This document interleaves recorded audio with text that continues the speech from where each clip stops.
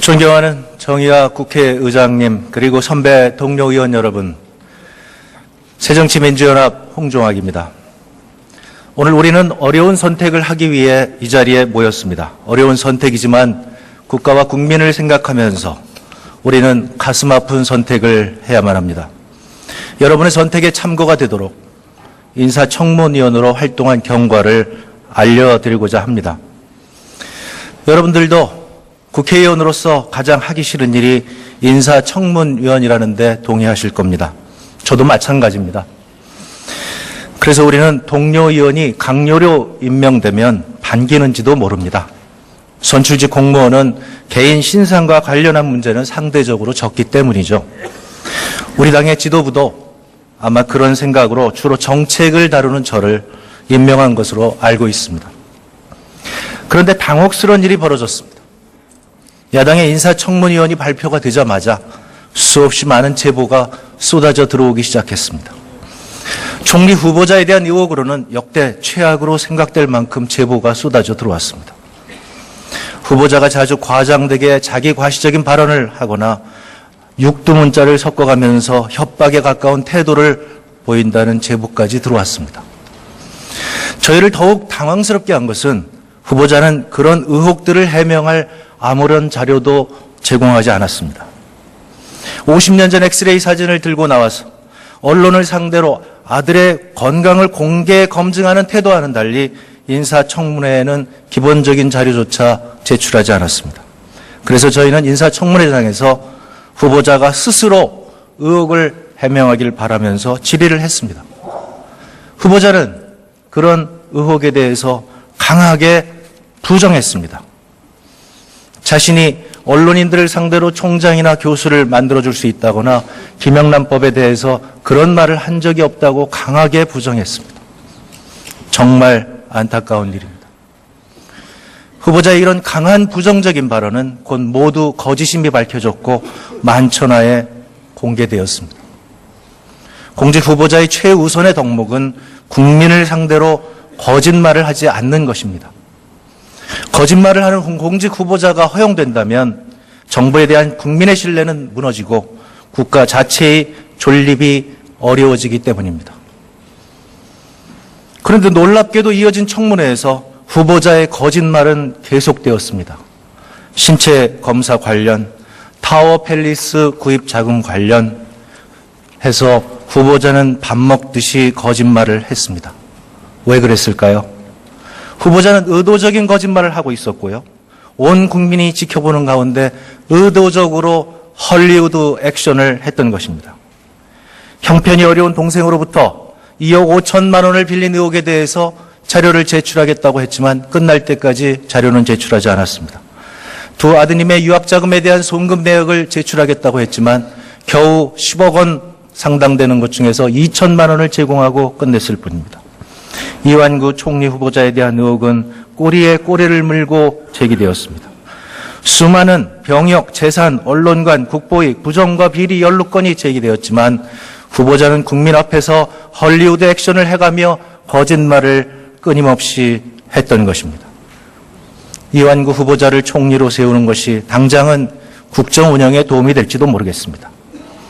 그러나 후보자가 총리가 된다면 해명되지 않은 이 후보자의 비리가 수시로 폭로될 수밖에 없을 것이고 결국 국정은 마비 상태에 이를 것이라는 점은 불보듯 뻔한 일입니다. 이것이야말로 소리를 쫓다가 대의를 저버리는 소탐 대실일 뿐만 아니라 국민들께 큰 죄를 짓는 일이 되고야 말 것입니다. 무엇보다 국민들은 진정성 있는 모습을 보여주지 못한 후보자에게 절망했을 것으로 생각합니다. 오늘 우리 국회가 역사의 청문회장에 서 있다고 저는 생각합니다. 김영란법을 통과시키라고 성원을 하고 계시는 국민 여러분께서 오늘 어떤 후보자를, 이 후보자를 자격이 되지 않는 후보자에 대해서 어떤 결과를 내리는지 지켜보고 있습니다. 우리 선택에 여야가 있을 수 없습니다. 국회가 국민과 함께 할 것인지 아니면 국민이 원하지 않는 선택을 할 것인지 오늘 온 국민이 지켜보고 있습니다. 오늘 우리는 어려운 선택을 해야 합니다. 오직 국민만을 생각하며 국민이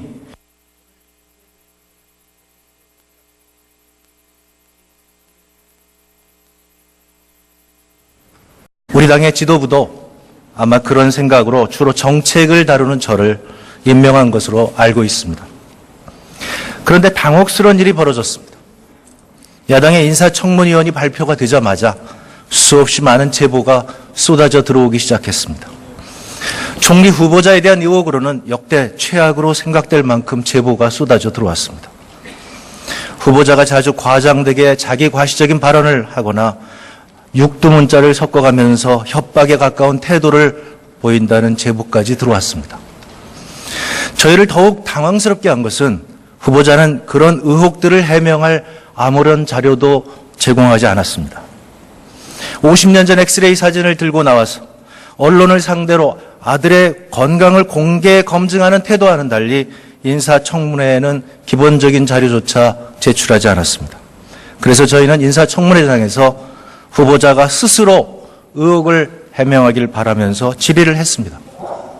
후보자는 그런 의혹에 대해서 강하게 부정했습니다. 자신이 언론인들을 상대로 총장이나 교수를 만들어줄 수 있다거나 김영란법에 대해서 그런 말을 한 적이 없다고 강하게 부정했습니다. 정말 안타까운 일입니다. 후보자의 이런 강한 부정적인 발언은 곧 모두 거짓임이 밝혀졌고 만천하에 공개되었습니다. 공직 후보자의 최우선의 덕목은 국민을 상대로 거짓말을 하지 않는 것입니다. 거짓말을 하는 공직 후보자가 허용된다면 정부에 대한 국민의 신뢰는 무너지고 국가 자체의 존립이 어려워지기 때문입니다. 그런데 놀랍게도 이어진 청문회에서 후보자의 거짓말은 계속되었습니다. 신체 검사 관련, 타워 팰리스 구입 자금 관련 해서 후보자는 밥 먹듯이 거짓말을 했습니다. 왜 그랬을까요? 후보자는 의도적인 거짓말을 하고 있었고요. 온 국민이 지켜보는 가운데 의도적으로 헐리우드 액션을 했던 것입니다. 형편이 어려운 동생으로부터 2억 5천만 원을 빌린 의혹에 대해서 자료를 제출하겠다고 했지만 끝날 때까지 자료는 제출하지 않았습니다. 두 아드님의 유학자금에 대한 송금 내역을 제출하겠다고 했지만 겨우 10억 원 상당 되는 것 중에서 2천만 원을 제공하고 끝냈을 뿐입니다. 이완구 총리 후보자에 대한 의혹은 꼬리에 꼬리를 물고 제기되었습니다. 수많은 병역, 재산, 언론관, 국보익, 부정과 비리 연루건이 제기되었지만 후보자는 국민 앞에서 헐리우드 액션을 해가며 거짓말을 끊임없이 했던 것입니다. 이완구 후보자를 총리로 세우는 것이 당장은 국정 운영에 도움이 될지도 모르겠습니다. 그러나 후보자가 총리가 된다면 해명되지 않은 이 후보자의 비리가 수시로 폭로될 수밖에 없을 것이고 결국 국정은 마비 상태에 이를 것이라는 점은 불보듯 뻔한 일입니다. 이것이야말로 소리를 쫓다가 대의를 저버리는 존경하는 정의화 국회의장님 그리고 선배 동료 의원 여러분, 새정치민주연합 홍종학입니다. 오늘 우리는 어려운 선택을 하기 위해 이 자리에 모였습니다. 어려운 선택이지만 국가와 국민을 생각하면서 우리는 가슴 아픈 선택을 해야만 합니다. 여러분의 선택에 참고가 되도록 인사청문위원으로 활동한 경과를 알려드리고자 합니다. 여러분들도 국회의원으로서 가장 하기 싫은 일이 인사청문위원이라는데 동의하실 겁니다. 저도 마찬가지입니다. 그래서 우리는 동료 의원이 강요로 임명되면 반기는지도 모릅니다. 선출직 공무원은 개인 신상과 관련한 문제는 상대적으로 적기 때문이죠.